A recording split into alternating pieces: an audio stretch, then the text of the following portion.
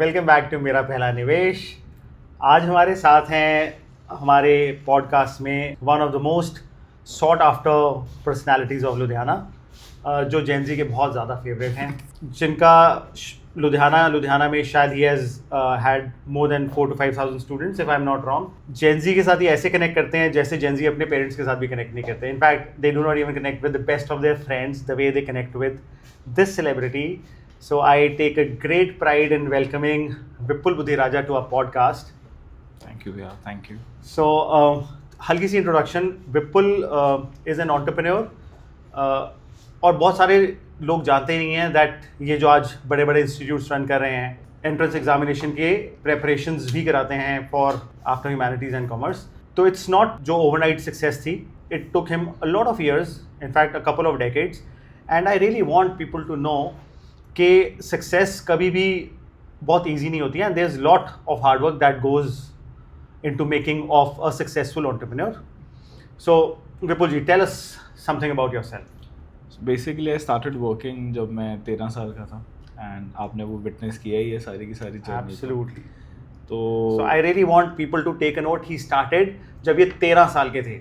13 साल is the time जब बच्चे सिर्फ मस्ती में होते हैं and they are living the best of their lives, was the time जब आपने अपना करियर की शुरुआत कर दी। You started earning, you started making money then. So I usually tell my kids कि लोग कहते हैं necessity is the mother of all inventions, and I believe that deprivation is the mother of all inventions. Wow, very well said, very well said. So basically 13 साल की उम्र में मैंने third और फोर्थ स्टैंडर्ड के बच्चों को पढ़ाना शुरू किया था। I started with just one kid, and lately वही बच्चे बड़े होते रहे और कारवां भी बड़ा होता रहा। Beautiful. तो आज की डेट में 19 ईयर्स मेरे कंप्लीट हो चुके हैं। मैं इन माई 20th ईयर ऑफ टीचिंग, और अब मैं सिर्फ +1 और +2 को इकोनॉमिक्स पढ़ाना पसंद करता हूँ। And I have staff for all the other subjects जो कि +1 और +2 के कॉमर्स और ह्यूमैनिटीज़ के साथ डील करता है। प्लस मैं एंट्रेंसेस जो भी हैं +1 और +2 के बाद रिलेटेड टू कॉमर्स और ह्यूमैनिटीज स्ट्रीम, उनको भी गेटर कर रहे हैं। Very nice, very nice. एक डिफाइंड वे में बात करें, if I met you on day one of your journey, what would we see? एक ऐसा बच्चा जो क्लूलेस था शायद लाइफ में, क्या करना चाहता है क्या नहीं, जिसको बस ये था कि मेरी फ़ीस टाइमली जमा हो जाए, तो वो उसके लिए ही बैठा रहता था। एंड उसको क्रिकेट खेलना बहुत पसंद था, बैडमिंटन खेलना बहुत पसंद था, साइकिल चलाते चलाते गिरना बहुत पसंद था। तो उस वक्त एक क्लूलेस इंसान, 8th स्टैंडर्ड, आपको पता ही है 8th स्टैंडर्ड का बच्चा, और जिस टाइम पे सोशल मीडिया या इन्फॉर्मेशन का बिल्कुल भी फ्लो नहीं था प्रॉपर। तो we are talking like 2006 at that time. तो 2006 में एट दैट टाइम पैसा वॉज या future was not my forte, या मेरा कोई टारगेट भी नहीं था उसको लेकर। मेरे को बस ये था कि हाँ मेरी चीज़ें टाइमली फुलफ़िल होती रहें, और मैं स्टडीज़ को इतनी इंपॉर्टेंस दूँ कि मुझे कल को किसी की शक्ल ना देखनी पड़े किसी भी चीज़ में। तो मैं अपनी सिर्फ एजुकेशन को कंप्लीट करने के लिए, एजुकेशन को टाइमली और उसकी फ़ीस पूरी भरने के लिए ही सिर्फ काम कर रहा था। तो विपुल, मुझे लगता है कि आजकल के बच्चों ने शायद इसलिए इतना ग्रांटेड ले लिया है, इतना फॉर ग्रांटेड ले लिया है कि things are gonna be taken care of, कि शायद उनको थॉट भी नहीं आ सकता कि 13 साल में वो कभी काम करेंगे। ऑल्दो हम डेवलप्ड नेशंस में देखते हैं, अमेरिका, कनाडा में पीपल स्टार्ट वर्किंग अर्ली, पर उनका कोई ऐसा नहीं होता कि उनको फीस नहीं भरी जाएगी। सो इट्स जस्ट बिकॉज वहाँ का एक कल्चर बना हुआ है, जो कि शायद कल्चर यहाँ पे प्रिवेलेंट नहीं है। But at 13 you worked so hard, you know, मैं कहूँगा शायद you were making your livelihood. Yes I was. तो बेसिकली भैया इसका रीज़न क्या है दैट इवन कि मैं भी जब 13 साल का था, 13 या 14 साल का भी था, तो मैं अपने फ्रेंड्स या अपने स्कूल मेट्स को भी बताने से थोड़ा सा कतराता था। मुझे लगता था कि कोई यार मुझे चाइल्ड लेबर ना बोल दे, बिकॉज कहते हैं ना कि जिन चीज़ों के बारे में पता नहीं होता आप उनके बारे में डिटेल में जान नहीं सकते। जैसे मेरे को ये नहीं पता था कि स्किल क्या होता है, या अर्ली एज आप अपनी स्किल डेवलप प्रैक्टिस से कैसे कर सकते हैं। इवन कि मुझे गुरुकुल का फंडामेंटल भी नहीं पता था उस टाइम। तो मैं तो बस अपनी नेसेसिटीज़ के लिए काम कर रहा था। आजकल शो ऑफ कल्चर ज़्यादा है। पेरेंट्स एक ऐसे प्रोटेक्टिव एनवायरनमेंट में बच्चे को रखते हैं कि उनको लगता है कि 13 साल की उम्र में वो क्या काम करेगा, क्या स्किल लेगा, और अगर वो स्किल लेने निकलेगा भी, इट्स बेटर कि मैं ही उसको गाइड कर देता हूँ। दो हमें ये समझना चाहिए कि जीन्स हमारे हैं, वो ऑलरेडी जानते हैं कि हमारे पास क्या है, biologically they are endowed with it. बाहर निकलते हैं, काम करते हैं, 10 गालियाँ खाते हैं, 11वीं गाली में वो काम सही तरीके से हो ही जाता है। तो मैं यूजुअली अपने स्टूडेंट्स को भी ये चीज़ें समझाने की कोशिश करता हूँ।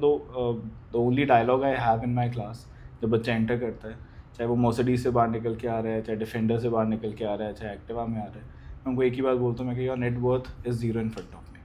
Absolutely. जो है तुम्हारे पेरेंट्स, फादर्स या मदर्स का है, bye the end of the day तुमने कुछ नहीं किया है, तो जिस दिन कुछ करोगे उस दिन इन सारी चीज़ों के बारे में हवा मार देना। उससे पहले तक ये सब लाइबिलिटी है जो कि तुम्हारे पेरेंट्स ने तुम्हें दी। ग्रेट। ये पर्सपेक्टिव मुझे लगता है एक्चुअली इस जनरेशन को पढ़ाना ज़रूरी है, एंड प्रॉब्ली विपुल से बेटर नोबडी इज इक्विप्ड लोगों को समझाने के एट लिए। The centre point of Oh, yes. Gen Z and जो पेरेंट्स हैं, तो कहीं ना कहीं वो एक ब्रिज में एक्ट कर लेता हूँ। आई एम 33, तो यूजुअली पेरेंट्स आर 45 और 50, बच्चे आर 15, तो I am somewhere at the centre. And probably it's not about being at that age, it's about you connecting with these people in such a way कि वो they pour their heart out in front of you. I've seen a lot of Gen Zs around you जो ऐसे आपको the way they treat you is like heart touching, and it feels so good you interacting with Gen Zs, and Gen Zs कुछ भी बकवास कर सकते हैं आपके साथ. That is what I have seen. I have learned one thing about Gen Z here, that leave them with curiosity. Beautiful. They will respect you. अगर आप उसके एंड पॉइंट तक उनके साथ रहोगे ना, तो वो इरिटेटेड फील करेंगे। हाँ, उनको जज मत करो, उनको इवैल्यूएट मत करो, बिल्कुल just नहीं। let them be the way they are. Just tell them what it is and उसके बाद पीछे हो जाओ। They will create a wonderful yes. thing out of it. Absolutely. So, Vipul, you started at 13. So, when was the time when you thought कि अभी मेरे को इसी को अपना करियर बनाना है, या I'll be taking this forward as I'll make it something big, इसको कुछ बड़ा सा वेंचर बनाऊंगा the way it is today. For example 20 साल पहले शायद एग्जैक्टली नहीं पता होगा कि मैं इतने बड़े बड़े इंस्टीट्यूट्स और ऐसी प्रिपरेशंस लुधियाना को करवा रहा हूँ. So when was the time when you decided कि मुझे अब इसको बहुत ही बड़ा करना है और इसको मेरे को इन एन इंडस्ट्री क्रिएट करना है? सो वेरी फ्रैंकली भैया, आई am a kind of human जो किसी भी चीज़ में जाना आज भी पसंद करता है. I love to surf, I love to learn, I feel I am adventurous enough.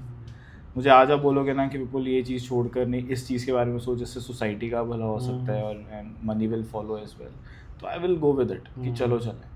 तो मैं आपको एक टाइमलाइन उसमें बता सकता हूँ कि when I was in 8th standard 9th standard शुरू होने वाली थी, तो I started with this thing. तो need was the major factor.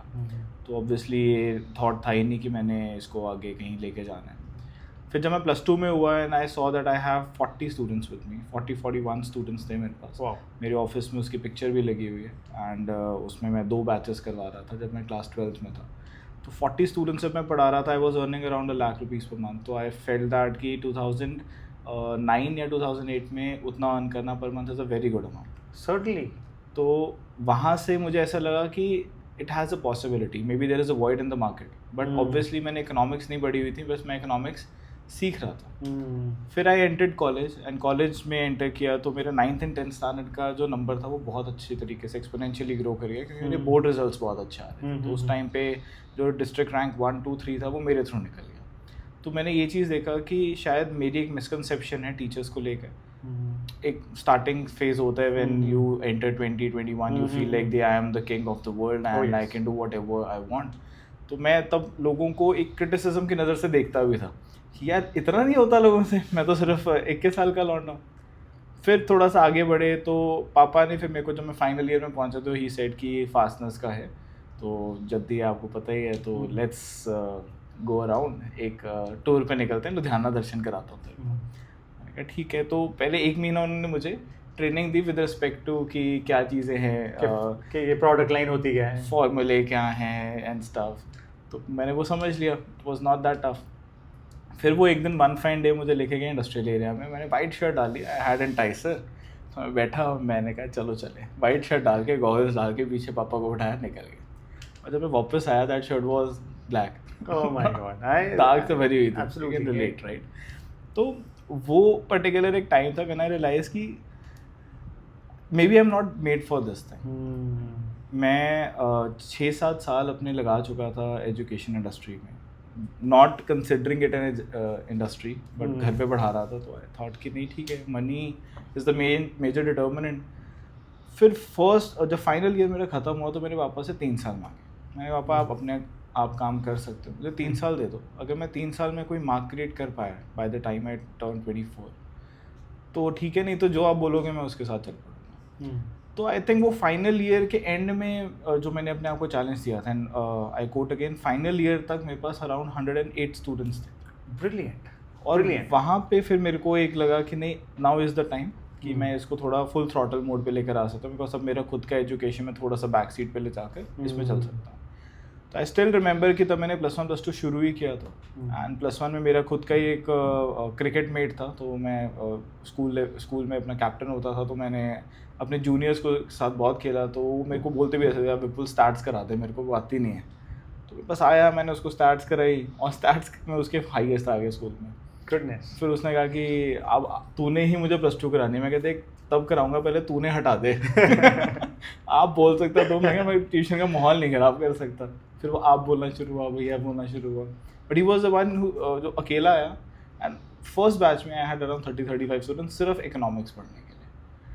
In just 1 year, from 1 student to 35 students in economics. Just economics. तो उस टाइम पे you thought कि यार economics is my forte और economics को मैं pursue करके इसको excellence तक लेके जाऊँगा. Very nice, very inspiring. Then मैं 9th and 10th standard maths भी करवा रहा था, 8th के लिए मैंने staff रखा हुआ था, 9th and 10th के science मैंने किसी को दे दी, फिर एक टाइम के बाद मैंने maths भी किसी को दे दी।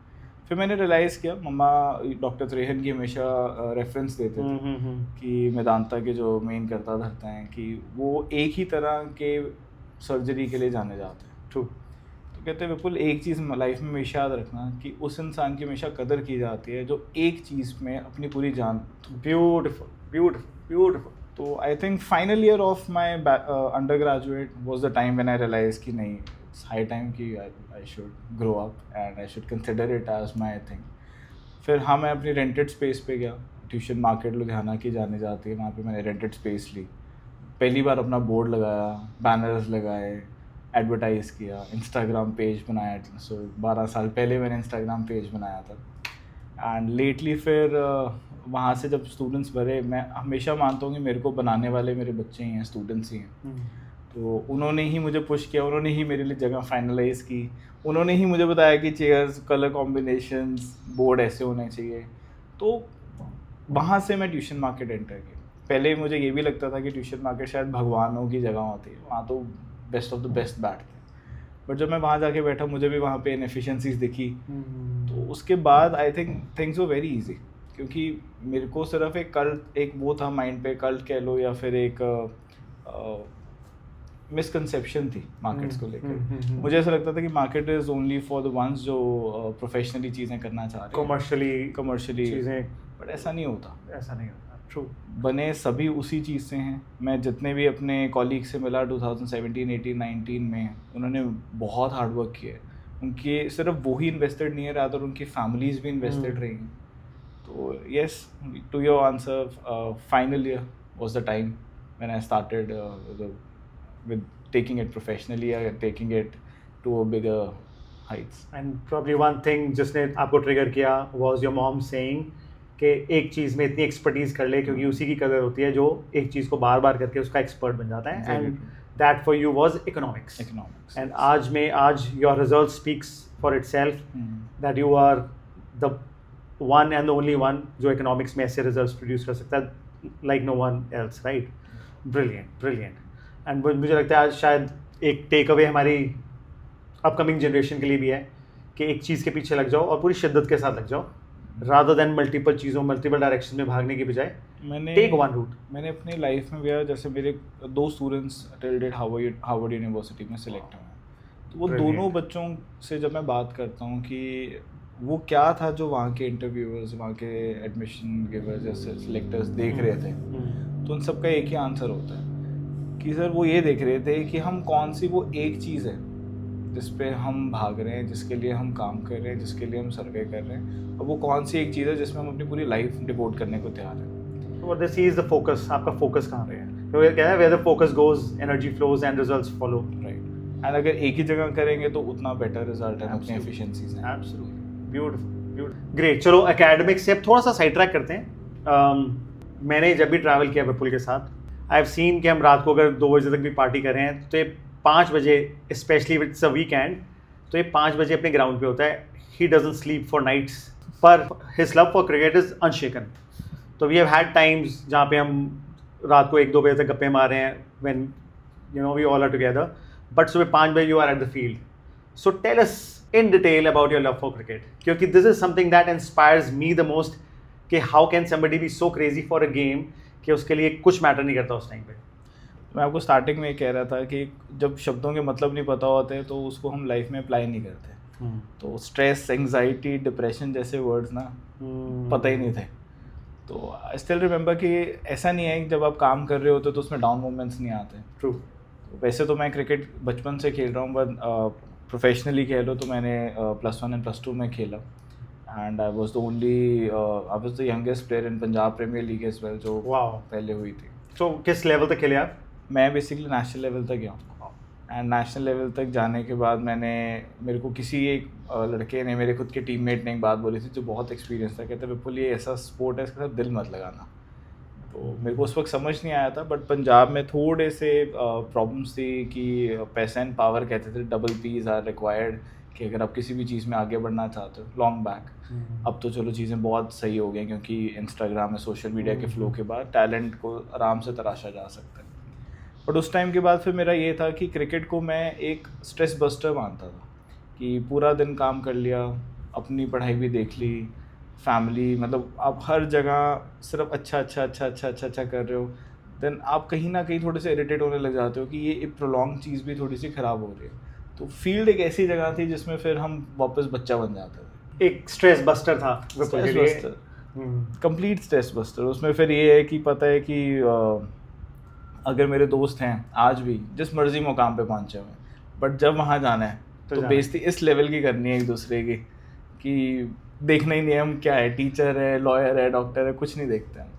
एंड सेकेंडली मेजर चीज़, क्रिकेट जब हम खेल रहे होते हैं, वो जो एक एक्सरसाइज या वो जो एक एक्टिविटी है एज अ होल, जैसे बॉल मेरे सामने आ रही है और मैं उसको हिट करने जा रहा हूँ, जो आप अपने पूरे प्रेशर के साथ, पूरे स्ट्रेस के साथ, पूरी जान के साथ उस बॉल को मारते हो ना, तो आपके पूरे एक हफ्ते का जो टेंशन होता है वो ख़त्म हो जाता है. तो फुली इमर्स्ड हो एक एक्टिविटी में, वो कहते हैं वो मेडिटेटिव स्टेट हो गया. Meditative state of flow wherein the only thing that matters that उस टाइम पे is your game, nothing else. मैं भी हमेशा कहता हूँ 6 दिन हम जितना मर्जी मेहनत कर लें, pretentiously, naturally, no matter what, by the end of the day एक दिन ऐसा होना चाहिए वेयरइन आप ऐसे लोगों के साथ बैठो कि जो आपको आपकी इज्जत ना करें और मजाक करें, जितना नीचे ढकेल सकते हैं ढकेलें. उसके बाद वही bye the end of the day आपके साथ प्योरली खड़े होते हैं. आई डू बिलीव कि मेरे आज भी जो क्रिकेट के जितने भी मेरे कनेक्शंस हैं, जितना प्योरिटी हम एक दूसरे के साथ वो करते हैं, शेयर करते हैं, वो मुझे लगता है मैं कहीं पे भी शेयर नहीं, मैं अपनी फैमिली में नहीं उतना शेयर कर पाता.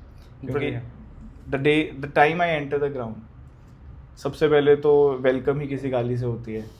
उसके बाद फिर जोक्स क्रैक करना. बेस्ट चीज़, हम ये नहीं देख रहे कि कौन किस रिलीजन से बिलोंग कर रहा है, कौन किस कास्ट से बिलोंग कर रहा है, कोई मैटर नहीं है. जब विकेट ले रहे हैं तो गले मिल रहे हैं, मतलब किसी ना किसी की बेइज्जती कर रहे हैं. अगर हम 0 पे आउट हो गए तो एक हफ्ता उस ग्रुप में भी बेइज्जती चल रही होती है. तो वो एक बेसिकली इट्स लाइक हमारा कार्टून नेटवर्क है, और वो कार्टून नेटवर्क हमारे को हमेशा बच्चा रहने के लिए ना प्रेरित करता है. ब्रिलियंट. और ऐसा एक ग्रुप चाहिए भी जहाँ पे you can be yourself. I give that kind of respect to cricket, कि मेरे लिए अगर वो इतना कर रहे हैं तो बेयर मिनिमम जो मैं कर सकता हूँ इसलिए कि एटलीस्ट मैं फील्ड पे टाइम पे पहुँचूँ एंड लोगों के साथ बैठूँ, खड़ूँ.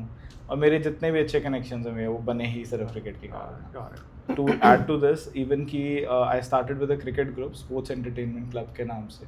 सो 2023 में अक्टूबर में, एंड आज 2025 आ गया है, 26 सॉरी. एंड इन 2-2.5 सालों में 850 प्लेयर्स उसमें ऐड हो चुके हैं. My God, 850 players. और 850 प्लेयर्स की हम 3 लीग्स चलाते हैं, और 3 लीग्स में डिविजन्स ऐसे हैं कि जैसे जो बहुत अच्छा खेलते हैं उनको हमने ऑल स्टार्स का टैग दिया हुआ.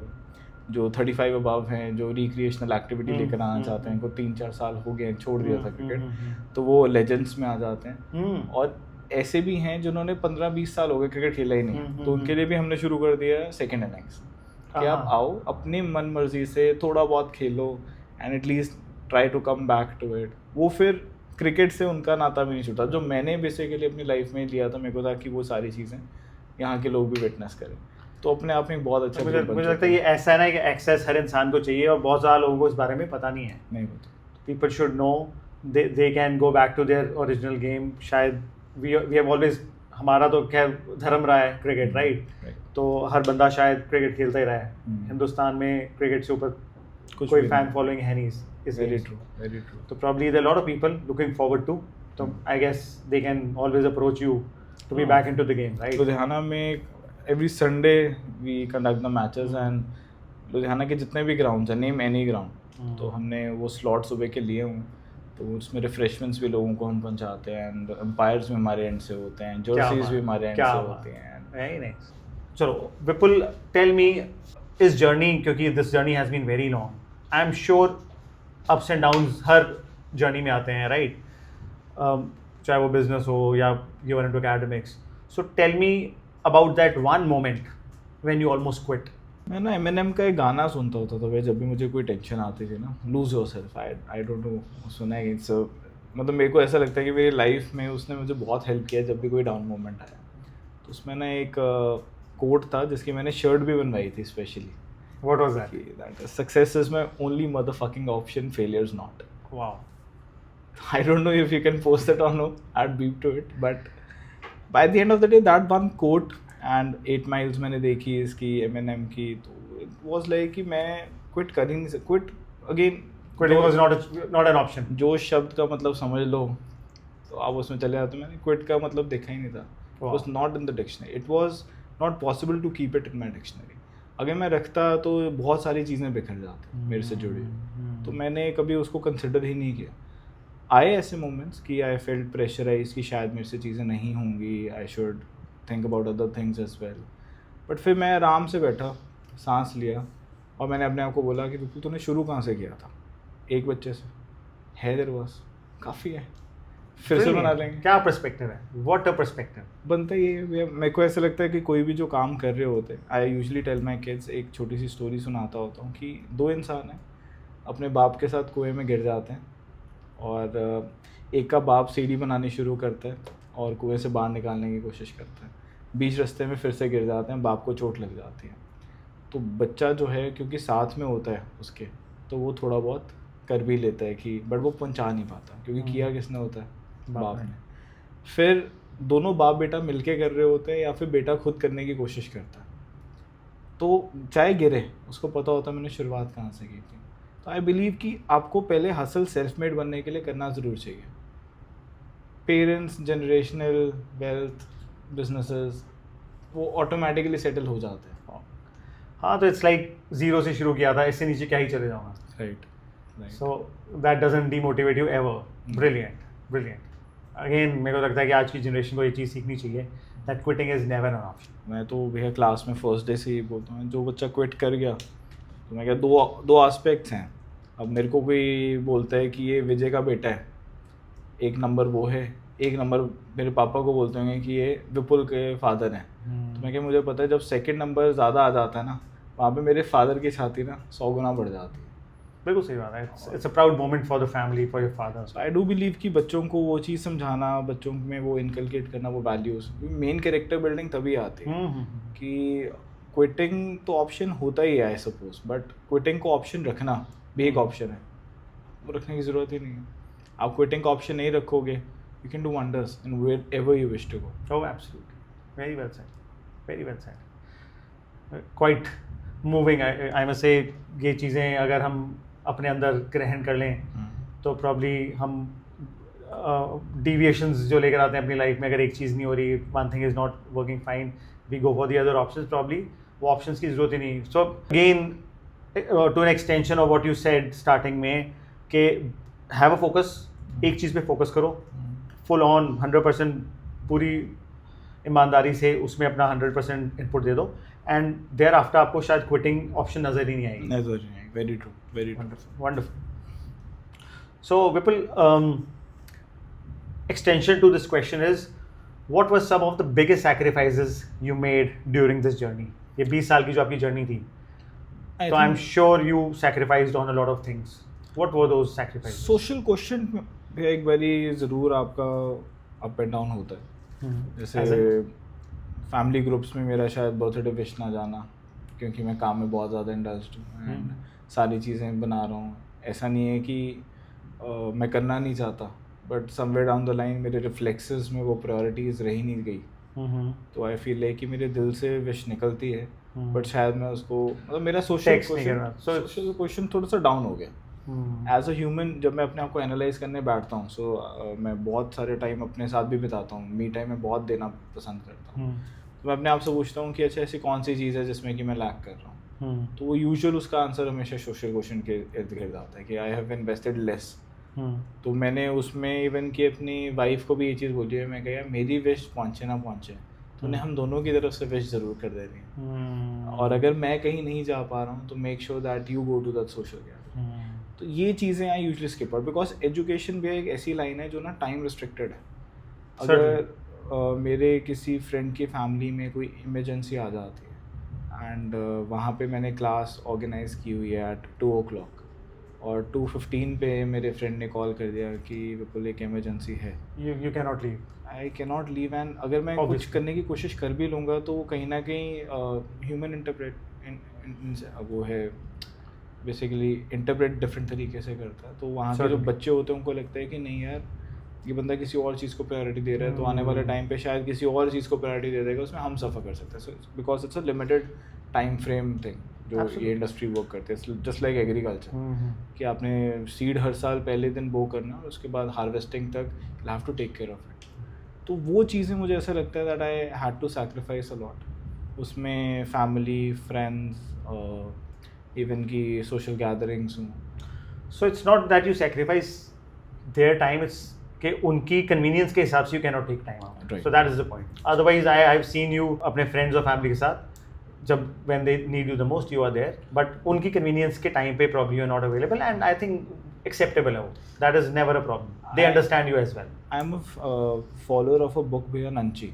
नंची एक कोरियन बुक है जिसमें लोगों को सिखाया जाता है कि if you are sitting in a room, जो भी इमोशनल फ्लो है, चाहे वो हैप्पीनेस का है, चाहे वो मजाक करने का है, चाहे वो शोक सभा है, तो आप में कितना कैलिबर है कि आप उस रूम में आउटशाइन कर सकते।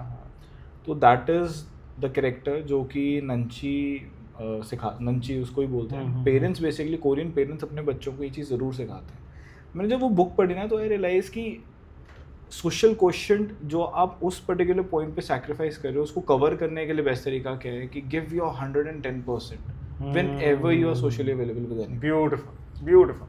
कि अगर मैं हूँ तो मैं उसमें इतनी मेमोरी क्रिएट कर दूँ, चाहे मैं एक दिन के लिए बैठा हूँ तो वो 1 साल बंदा लगेगा नहीं यार ये बंदा तो बहुत मज़ेदार है यार ये बंदा। तो वो चीज़ मेरे को उसने सिखाई।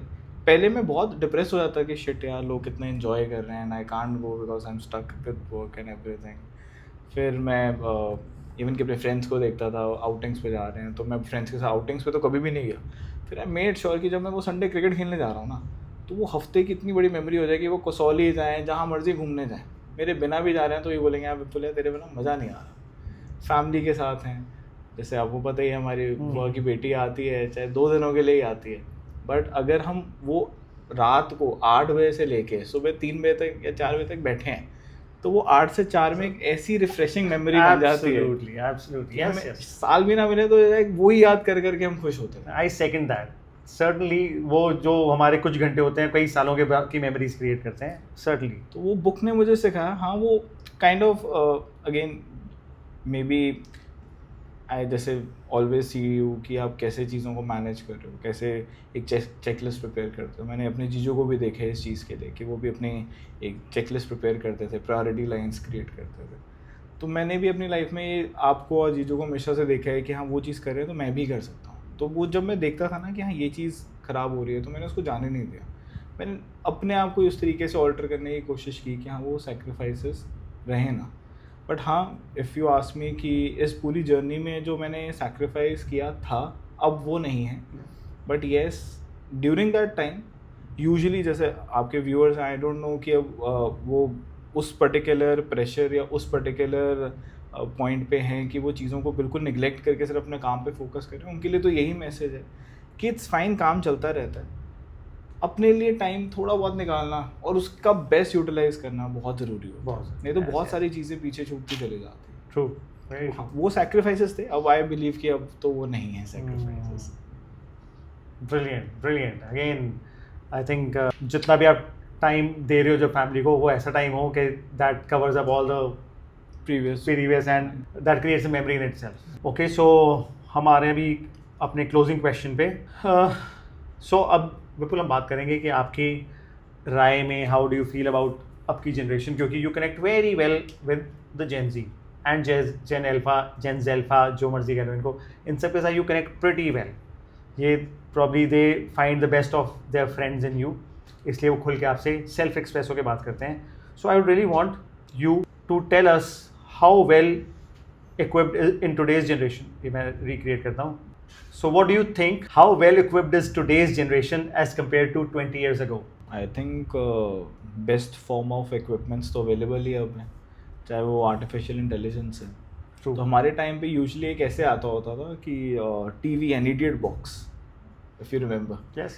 तो TV and idiot box, और तुम TV को इस तरीके से देखो कि तुम प्रोडक्टिव भी हो सकते हो, डिस्कवरी देखो. तुम टीवी को अगर कार्टून नेटवर्क में निकाल रहे हो तो तुम उतने नहीं रहोगे. तो आज की डेट में artificial intelligence is an idiot box, garbage in garbage out, right. तो by the end of the day जितने ये इक्विप्ड हैं हर एस्पेक्ट में, इंफॉर्मेशन के एस्पेक्ट में, लोगों की लाइफ कैसे चल रही है, और I think Gen Z and Gen Alpha are very smart. they are certainly. Gen Z and Gen Alpha में जो रीसेंट स्टडीज़ आई हैं कि they have started drinking less, one that is, मेरे लिए तो ये बहुत बड़ी चीज़ है पढ़ना. I don't know how Punjabis will take it, but yes, मेरे बहुत सारे फ्रेंड्स हैं जिनके ठेके हैं, तो मैं उनसे बात करता हूँ, मुझे बड़ी खुशी होती है. मैं ड्रिंक तो करता नहीं, तो कहते हैं यार सेल्स कम हो रही है. मैंने जेन जी अल्फा कम पी रहे हैं. तो it's a good thing. So you remain productive, आप एक लर्निंग स्टेट पे रहते हो. Second biggest thing is they have started posting less on Instagram. Is it? Yes. आप पढ़ोगे तो you'll get it. Gen Z and Gen Alpha are keeping their walls empty. No post. तो no post Instagram का trend चलना शुरू हो चुका है. वेस्टर्न से अब इंडिया में भी धीरे धीरे एंटर कर रहा है. I'm so glad. अच्छी चीज़ें भी अब कॉपी कर रहे हैं कुछ. Exactly. उनको है कि it creates such kind of brain rot कि, और हमारे टाइम पे या if I see millennials and if I see कि मेरे से ऊपर हैं या बेबी बूमर्स भी मैं देखता हूँ, घर पे भी देखता हूँ, तो हर चीज़ को सच मानने लग जाते हैं. Any monkey with a camera and a mic can speak anything, और क्योंकि वो अटेंशन मिल रही है उसको वाया सोशल मीडिया, तो दूसरे बंदे को लगता है नहीं सही बोल रहा होगा. True. But reality of the ground is कि जो जेन जी एंड अल्फा, उनका जो सीविंग प्रोसेस है वो बहुत अमेजिंग है. तो आई बिलीव कि yes, Gen Z and Alpha का ओवरऑल जो चीज़ें इक्विप्ड हैं वो आज तक कोई नहीं था. बट द ओनली थिंग जो मैं आज जेन जी और अल्फा में देखता हूँ इज़ वो मेजॉरिटी की क्लैरिटी ऑफ थॉट्स नहीं है. वो 10 लोगों से बात करेंगे ना, वो 10 डिफरेंट सेगमेंट्स में क्यूरियस हो जाएंगे, और 10 डिफरेंट सेगमेंट्स में अपनी एनर्जीज को इक्वली फ्लो करने की कोशिश करेंगे. फिर वो जो उनका इकिगाई है या उनका जो एक पर्टिकुलर पर्पस है वो डिफाइन करना मुश्किल हो जाता है, तो वो डिले हो रहा है. But if I see western nations, तो वहाँ पे आपने इवन ट्रेडिंग सेक्टर्स में भी देखा कि Gen Zs are doing wonders. Wealth segment, they are very smart, they are very intellectual. I think they are more focused. मेरे को विपुल इस पे मैं थोड़ा डिफर करूँगा, क्योंकि ये आज की जनरेशन की प्रॉब्लम नहीं है कि दे वेंचर इनटू मल्टीपल थिंग्स. ये हमारे टाइम से चलता आ रहा है. प्रॉब्ली हमारे टाइम पे भी हमें लगता था grass is green on the other, हमारे टाइम पे हमें लगता था grass is green on the other side, और हम भी कुछ ना कुछ हासिल करते थे उसके अंदर. We used to try. Stakes छोटे थे हमारे, क्योंकि बहुत ज़्यादा पैसे नहीं होते थे, तो इसलिए बहुत ज़्यादा रिस्क होता नहीं था. But we have given a lot of tries in our lives as well.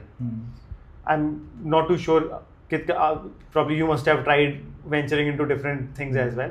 तो आज की जनरेशन भी मुझे लगता है कर रही है, पर they are doing it so early कि हमें लगता है कि यार ये तो 21-22 साल में अलग अलग चीज़ों में पंगे ले रहे हैं. हमने थोड़ी लेट शुरू किया था, when we were on our own. मैं आपको भी बताता हूँ, पहले के टाइम पे जो रिसोर्सेज थे ना, उससे जो अप्रोचेस बनती थी वो थोड़ी लिमिटेड थी. स्केर्सिटी बहुत थी, स्कार्सिटी बहुत थी, एंड हेंस स्कार्सिटी के कारण अपॉर्चुनिटीज़ बहुत ज़्यादा थी. ट्रू. आज के टाइम पे प्रॉब्लम क्या है, जो हिस्टोरिकल वर्क बेस थे या फिर जो ऑर्थोडॉक्स चीज़ें थी जिससे लोग बहुत अमीर बने, बहुत कुछ किया, बच्चों को आजकल लगता है कि यार ये तो कोई भी कर सकता है, पर वो उस प्रोसेस के साथ रहना नहीं चाहते, बिकॉज दे हैव सीन कि वो जो है उन्होंने अपनी लाइफ सैक्रिफाइस कर दी, वो लाइफ में एंजॉयमेंट का सेक्टर लेकर ही नहीं आ पाए. वो बोरिंग, वो प्रोसेस बोरिंग है, क्योंकि वो कहते हैं ना मैक्सिमम पैसा भी उसी चीज़ में बनता है जो सबसे ज़्यादा बोरिंग होता है. Very true. तो आजकल की जनरेशन थोड़ा उसको फन लविंग भी रखना चाहती है, एक्साइटिंग रखना है नहीं. तो उनके पास एक तो इन्फॉर्मेशन के फ्लो के कारण एंड ऑब्वियसली एआई के प्रेजेंस के कारण जो अमाउंट ऑफ अपॉर्चुनिटीज़ या अमाउंट ऑफ ऑप्शंस आती हैं वो इतनी वास्ट हैं कि उसको सेग्रीगेट करने में ही बच्चों की आधी लाइफ निकल रही है। और वो कहीं ना कहीं आपसे भी जब डिस्कशन करते होंगे बच्चे, तो उसमें आपको ये चीज़ दिखती हुई है कि यार मतलब एक टाइम पे आके पेरेंट भी ये चीज़ बोल देता है कि यार तू सॉर्टेड क्यों नहीं है, क्या हो रहा है, क्यों ऐसा, मतलब वो इरिटेशन के एंड पॉइंट्स हैं। तो मुझे लगता है ये एक्सप्लोरेशन के लिए तो हम शायद आए हैं, so I find it good कि आप चीज़ें एक्सप्लोर कर रहे हो। देखो when age is in your favour तो you can always explore multiple things, right. अगर एक चीज़ आपको करनी है यू से कि नहीं मेरे को कोरियोग्राफर बनना है, आजकल वो एक स्टैंडर्ड इंजीनियर डॉक्टर वाली फील्ड के बियॉन्ड आज की generation chooses different fields, right. So if this से किड कम्स अप कि मेरे को कोरियोग्राफर बनना है, कोरियोग्राफी अगर उसके लिए सेटल नहीं है इन अ ईयर और two, can hop over to something else, right, something that she or he finds his or her interest in. तो since they start very early, तो मुझे लगता है ये उनके फेवर में है and they at least they give it a go. हम शायद वो हमारे डॉक्यूमेंटेड रह जाती थी चीज़ें एंड हम उस पर कभी एक्शन ले नहीं पाते थे, at least they are taking action. तो मुझे लगता है कि इसका ना पॉजिटिव साइड इज कि दे गिव इट अ गो, वो नहीं होता then they hop over to something else. पर इसमें कोई मेरे को बुराई शायद नज़र नहीं आती, मुझे लगता है इट्स ओके टू एक्सप्लोर। उसमें मैं दो चीज़ें ऐड करता हूँ, it depends upon the kind of parenting they are going through. Very true. मैं बहुत मल्टीपल बच्चे और स्टूडेंट्स के साथ जब डील करता हूँ तो I see different forms and different kinds of parentings as well. A good parenting will give these things जो आप बता रहे हो, a tag of exploration. You can do whatever you want, जो बच्चा आप करना चाहते हो आप करो, आप लाइफ में जो बनना चाहते हो, but make sure that you do something, you do something impactful to the society, you do something impactful for the family, and right. वो एक टाइप ऑफ पेरेंटिंग है। बट मैंने देखा है कि वो सिर्फ एक एजुकेटेड सेट ऑफ पेरेंट्स के थ्रू ही फ्लो करता है। मैं थोड़ा सा आपको पास्ट में लेके जाता हूँ। मेरे पास जो पेरेंट साइकिल है वो रेंज करता है 40 to 50 ईयर्स का। 40 to 50 ईयर्स का मतलब ये हो जाता है कि 1975-ish 1980s में 1980-85 में सॉरी वो बॉर्न है। राइट। जब वो 1980 बॉर्न है तो 1991 में एलपीजी पॉलिसीज आई जिसकी राइट इम्प्लीमेंटेशन 95-96 में शुरू हुई। Ludhiana being the Manchester of India coated, वो 15-16 साल के थे जब सडनली ना अपॉर्चुनिटीज़ की बाढ़ आ गई। ट्रू। तो माँ बाप ने बोल दिया बेटा पढ़ाई छड़ काम से आ जा। और वो सही भी था, hard work was the only determinant जिससे कि आप पैसे कमा सकते थे। बट आज की डेट में वो स्मार्ट वर्क चाहिए। वो पेरेंट्स ने उस वक्त अपनी सारी चीज़ें सरेंडर करके 90% जिनसे मैं केटर करता हूँ, very good families, very well settled, आज की डेट में वो बहुत चीज़ें सीख भी रहे हैं। बट उस टाइम पे उन्होंने जो मेजर एक लर्निंग फेज था वो बिजनेस में लगा दिया। अब उनमें से भी दो पेरेंट्स फर्दर डिवाइड हो गए। एक जो अपनी चीज़ों को लेके अटक गए कि नहीं जो मैंने सीखे लाइफ में वही परम सत्य है। राइट। उस बच्चे के लिए जो उन पेरेंट्स के साथ चीज़ें समझ रहा है, उस बच्चे के लिए एक्सप्लोरेशन नहीं है, वो प्रेशर बन जाता है कि तेरे को पता नहीं तू करना कि ये लाइफ। जबकि fact of the matter is कि उस टाइम पे द नीड वाज कि हमें बेसिक नेसेसिटीज़ को पूरा करना है, जिसके लिए you have to work and not go for तब आप you can not mess around with things, क्योंकि अभी तो घर चलाने के लिए पैसा चाहिए। Right. Now the things are different since the basic needs are being taken care of. Now is the time you can give wings to your kids so that they can explore। और मुझे लगता है ये generation इतनी capable है कि जब ये अपने काम करने पे आती है, जब ये फोकस इन्हें एक पर्टिकुलर फोकस मिल जाता है, they create wonders। Absolutely। The best thing is I always mention it in my class कि आने वाले टाइम पे lazy intellectuals will run the country। Oh absolutely। I actually profess this thought as well। Lazy intellectuals are the ones जो अपने काम को बहुत ही आसान करने की कोशिश करते हैं।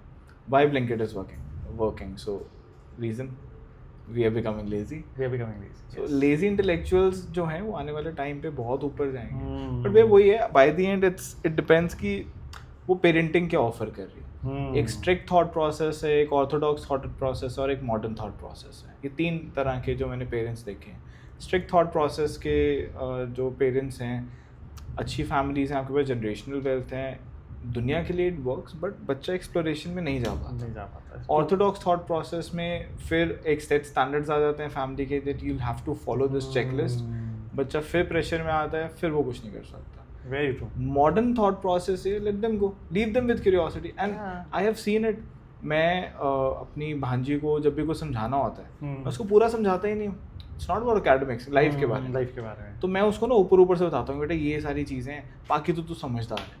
अब वो बाकी तो तू समझदार है कि रिस्पॉन्सिबिलिटी उसके माइंड में आ जाती है, तो फिर वो उसको नर्चर करने के लिए वो यूट्यूब इधर उधर जा रही है, और उसके फिर जो डाउट्स आते हैं फिर वो मेरे से पूछते हैं कि अच्छा मामू फिर ऐसे नहीं, अगर ऐसे हो फिर क्या होगा।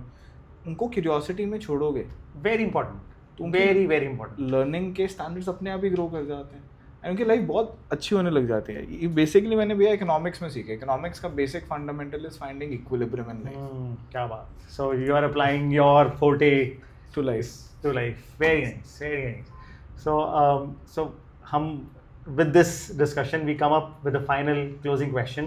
So what is one piece of advice you will give to this younger generation? Yeah, one piece of advice for the younger generation. See, younger generation at this point of time, things are very turbulent. Don't believe anyone. Don't believe everyone and don't believe anyone. ये basically younger generation को समझना पड़ेगा that even if they are following a YouTuber, even if they are following an Instagrammatic person, whatever they are doing is for marketing purpose. उनको तुम्हारे personal self से कुछ ज़्यादा लेना देना नहीं है। जिस दिन ये समझ जाओगे तो उस दिन समझ जाओगे कि आसपास कुछ नहीं है, आसपास सिर्फ अपने लोग हैं, अपनी खुद की उम्मीदें हैं और अपना खुद का फ्यूचर है। अगर अपने लोग, अपनी उम्मीदें, अपने टैलेंट के बेस पे if you find something that you love, you can create wonders in your life. So find your passion, work on it relentlessly, rigorously, and talk to the person जो already उसमें wonders create कर चुका है. Not a YouTuber, not an Instagrammatic influencer, but someone who has done wonders in his or her life. उसके पीछे लग जाओ, and I believe आज की डेट में अप्रोच करना, किसी से मिलना, बात करना is not tough. जो पहले के टाइम पे हासिल होता था, आजकल तो लोग बिना अपॉइंटमेंट्स के भी पहुंच जाते हैं। True. तो वो फाइंड करो कि तुम लाइफ में कौन सी चीज़ है जो तुम करना चाहते हो, and things will follow. So find your passion, be unreasonable and work on it, go that extra mile. Right. Brilliant, brilliant. So tell me Vipul, how much money did you start with? मेरे profession में पैसा चाहिए तो नहीं होता था, but yes मेरी family के ऊपर थोड़े से लोन्स थे, तो I started with -50 lakhs. -50 lakhs back in 2005, 2006. My God. So you had to pay back all those loans first? My God. Vipul, I really acknowledge you. और एक्चुअली इस podcast का ना मकसद ये था, पर्टिकुलरली आज के पॉडकास्ट का, क्योंकि नॉर्मली जब हम किसी से पूछते हैं ना how much money did you start with, कोई कहता है 2 लाख, कोई 4 lakh. So it's like you started from nothing and you created crores out of it. You became a millionaire. But you started at 13 at -50 lakhs. Inflation go into consideration ले तो probably that is around 2 crore आज का. ज़्यादा ही होगा. तो you had to pay that back first and then had to make those fortunes that you have made. और ये जो institutes बड़े बड़े बनाए दिखते हैं, it wasn't easy. It was a 20-year process.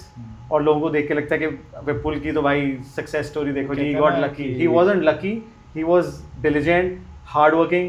You were persistent all through your life, and you never gave up. Brilliant. Overnight success को कहते हैं ना 20 साल लग गए. Overnight success को 20 साल लग गए. Oh man. and starting from -50 lakhs is something that actually is very inspiring. Very very inspiring. देखो businesses में up downs आते हैं. पापा को भी आए, एंड आई स्टिल रिमेंबर कि उस टाइम पे वो चीज़ों को नहीं हैंडल कर पाए. वक्त आता है कहते हैं किसी पे जब इंसान हैंडल कर लेता है या नहीं कर पाता.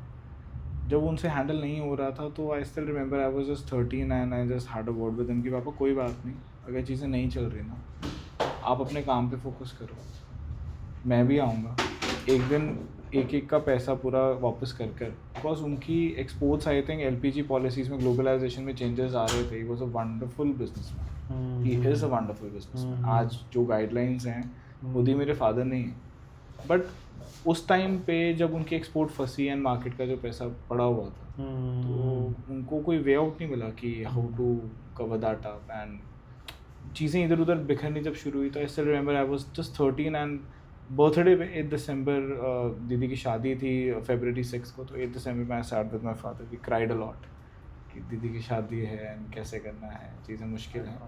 तो मैं उनके साथ बैठा, मैंने कहा पापा क्या हो जाएगा, धीरे धीरे उतारेंगे, सबका उतारेंगे, शादी भी धूमधाम से करेंगे फिर, एंड जितना बेस्ट हो सका करेंगे, बट मेक श्योर करेंगे कि एक एक इंसान के पैसे उनको हमने वापस किए हैं। और जिन लोगों के मैंने किए हैं they know me personally, interest नहीं दे पाया बट हाँ पैसे वापस किए। और उसमें थे रिश्ते भी बहुत, तो नहीं मेरे को अभी तक याद है मम्मा की साइड के रिश्ते बहुत ख़राब होने शुरू हो गए थे कि दे वर लाइक कि पैसे नहीं आ रहे एंड ये वो मम्मा को बोलते थे। तो आई स्टिल रिमेंबर कॉल्स ना उठाना, बहाने लगाना, बहुत चीज़ें चलती थी घर पे। बट वो एक टाइम था कि स्पेसिफिकली एक बारी मैंने फ़ोन उठाया एंड आई मेंशन कि इंटरेस्ट नहीं दे पाऊँगा बट मैं खाली पेपर पे साइन कर देता हूँ, पैसे वापस हो जाएंगे। तो मैंने उनको 12 साल बाद पैसे वापस किए थे, बट मैंने उनको पैसे जब वापस किए तो ही hugged me and started crying, मतलब कज़न ब्रदर थे मम्मा के। एंड आज वो मोमेंट नहीं भूलता कि कहते कि यार मैं तो उम्मीद छोड़ दी थी, तो देने क्यों आया, ना भी देता कोई बात नहीं। मैं क्या, मेरा ना सपना सबसे पहला ये था कि मैं अपने बाप को ना सिर उठाते हुए चलते देखना चाहता हूँ, ये नहीं कि आप देखो तो सिर नीचे हो जाएगी, मैंने पैसे लिए। तो फिर उसी चीज़ में लगा रहा था, तभी तो फाइनली ईयर तक तो सारे डेट्स उतरे थे। I am so glad Vipul I asked this question. मैं स्किप कर रहा था एज्यूमिंग के शायद 0 से शुरू किया होगा, but starting at 50 lakhs minus and doing all this magic, ये एक्चुअली मेरे को मैजिकल लग रहा है यार अभी। तभी तो कह रहा हूँ क्विटिंग तो ऑप्शन था ही नहीं। Brilliant. Really touched, moved, and inspired Vipul. Thanks for giving this piece of nugget to us today. I really think कि ये जो आपको जो भी देख रहा होगा will be inspired, total high हो जाएगा देख के कि anything and everything is possible. Beautiful. Don't quit. Never quit. Quitting is never an option. Right. So, thank you Vipul.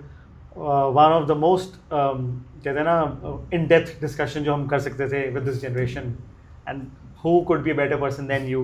Thanks for coming here and enlightening के लिए बहुत बहुत शुक्रिया। ये आज की जनरेशन probably उनके लिए बहुत सारे takeaways हैं from this podcast.